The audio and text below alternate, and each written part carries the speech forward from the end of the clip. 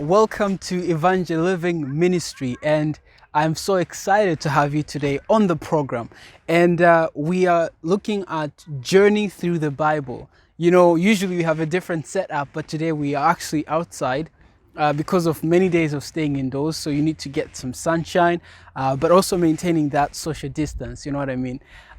So today we'll be talking about posterity and the promise. We have been really deeply studying the idea of the promise, and we see that the promise is very central to the scriptures. In fact, Jesus Christ is the sum of all promises. In him all promises are yea and amen. And I hope that today we can learn something new about the promise from the Bible and in the perspective of Jesus Christ, of course. So we are in Genesis chapter 24. I know it's a slow progress, but we will get there. The idea is not to rush and finish the Bible, but the idea is to exemplify the Bible in our lives, even if we can just get one verse, understand it, and apply it. So here we are in Genesis chapter 24, and the protagonist of the story, in this case Abraham, is very old. In fact, at this point, Abraham has lived for 140 years. Now, that's a long time. Here's what Moses has to say about this. He says, "And Abraham was old and well stricken in age, and the Lord had blessed Abraham in all things." I want you to remember that. The Lord blessed Abraham in all things. Now, mind you, this is just 3 years after the death of Sarah, Abraham's wife. Right? Now, if you're like me, you must be asking yourself real questions. Questions such as, when God asked Abraham to sacrifice his son, was he blessed or was he stressed? When God allowed Abraham to face famine in the land of Canaan, the promised land, to the point where he had to flee to Egypt, where he ended up lying, was he blessed or was he perplexed? Or perhaps you could also be asking, when Abraham had to make a tough choice to let go of Hagar and Ishmael whom he dearly loved, was he blessed or was he perplexed?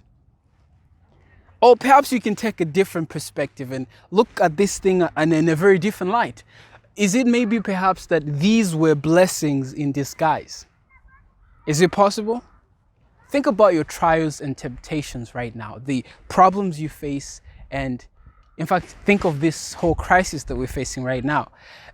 Could it be possible that it's a blessing in disguise? Now, I do not know so much about that, but we are reminded in the scriptures that everything works for good for those that love the Lord, who are called according to his promise.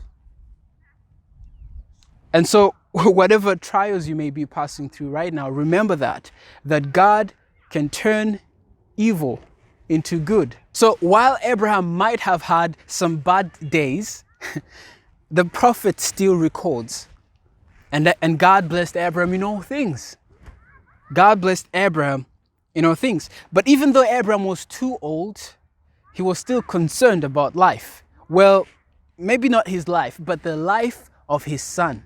So here's what he has to say to his servant. It says, "And Abraham said unto the eldest servant of his house, that ruled over all that he had, Put, I pray thee, thy hand under my thigh, and I will make thee swear by the Lord, the God of heaven, and the God of the earth, that thou shalt not take a wife unto my son of the daughters of the Canaanites, among whom I dwell." So this was a very serious matter to Abraham, to the point where he had to make him take a very serious, solemn oath to put his hand under his thigh, right? Now, let me talk about that right now, because some of you are like, what just happened there? What are they doing here? Well, today when we make an oath, we raise our hand or, hold the Bible, or put our hand on our chest or our heart to say that we do, right? Or we accept, or we are not lying. But back in the day, they had a different approach. Back in those days, they saw upon God's promise. And the promise of God the sign of God then was circumcision. So they promised based on this. To be consistent with that, Abram's servant had to swear upon the thigh, and the thigh in this instance symbolizes posterity, the seed, the promise. You get it now? All right, we're good. Now, I must admit there are many other interpretations of this text, but the main takeaway here is Abraham's deep interest into the life of Isaac. How many parents today care about the life of their sons and daughters? Not just their life, but the marriage choices they make.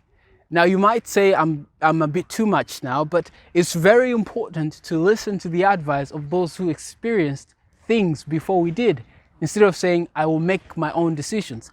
And your parents should not necessarily choose for you, but they should certainly approve for you. So for sure, Abram wanted the promise to be fulfilled, the promise of having a great nation, a grand nation, but he wanted it to happen in the right way. And so he asks of the servant, he says, thou shalt not take a wife unto my son of the daughters of the Canaanites among whom I dwell. Why not the Canaanites? Were they not beautiful? Were they not attractive? Well, I guess this is where we learn that when it comes to marriage, beauty and appearance cannot be trusted as a safeguard. There has to be something more to be taken into consideration, something that has to be taken into account. And guess what that is? Wait for it. Godliness. Yes, God-likeness is the goal to be reached. And when we look at this, we must understand that not only does she have to be beautiful, not only does he have to be handsome, but she has to be godly as well. He has to be godly. Otherwise, you're wasting your time. You're really wasting your time, because at the end of the day, what matters is a godly character. Here's what Matthew Poole has to say about the Canaanites, rather, or why Abraham did not want his son to be engaged or entangled with the Canaanites. He says, so here's what Matthew Poole has to say.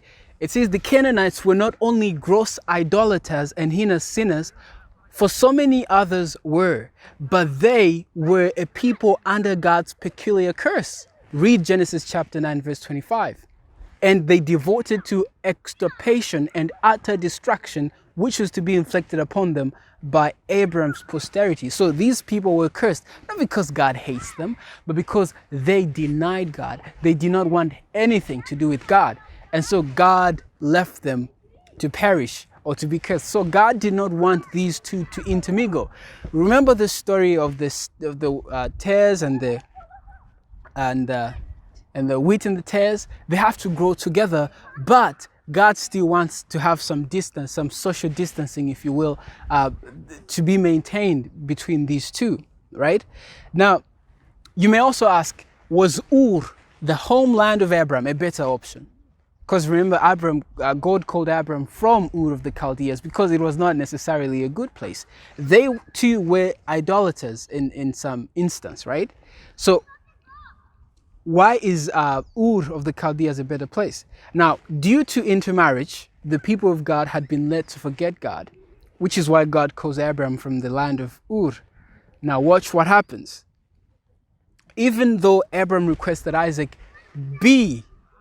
Isaac's bride be taken from Ur, he gives a very important stern warning to the servant. He says, and Abram said unto him, beware that thou bring not my son hither again. Do not take Isaac back. And that's something I want you to ponder upon. Abram had made a decision that he will not return back, and he wished for his son to do the same. No turning back. And that is the main difference between Abram's family and the Canaanites. The Canaanites had rejected God, but Abraham and his family made a clear decision to say, we'll not turn back to sin, we will not turn back to evil, but we will obey God in whatsoever that he tells us. So in closing, the promise of God is really tied with posterity, right? We read, again, this is the basic verse that you have to know, Genesis chapter 3:15. And I will put enmity between thee and the woman, and between thy seed and her seed. It shall bruise thy head, and thou shalt bruise his heel. So this is very important. We see two posterities here, right? We see the seed, we see the woman rather, and we see the serpent, right? The serpent also has a seed. The serpent turns into a dragon at some point. Friends, I'm sure by now you know that the seed is not just Isaac. The seed typifies Jesus Christ.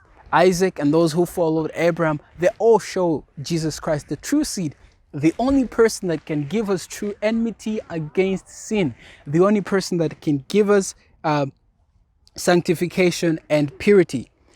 And the very name of Jesus has this principle embedded in it. His name shall be called Jesus, for he shall save his people from their sin.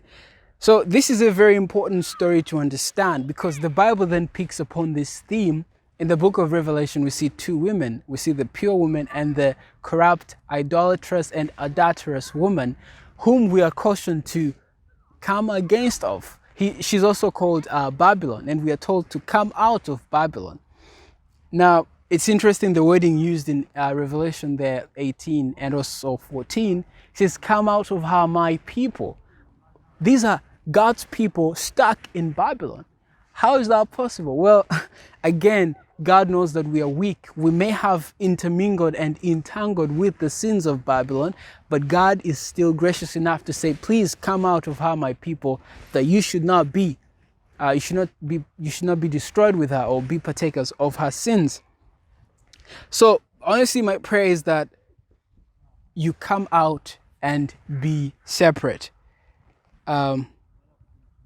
The one day when we see Jesus Christ, we'll be able to, when he has judged the whole, as it says in Revelation chapter 19, or this Babylon, that we'll be able to see Jesus Christ with his name, with his name on his robe and on his thigh, which says the King of Kings and the Lord of Lords. And then we shall know that he is the promise. He is the posterity of us. Somewhere it says that we will be the first fruits of God. When we are born again, we are becoming new creatures. So posterity that I'm talking about is not just being born a natural birth, but being born into the Spirit. And I hope that will be your experience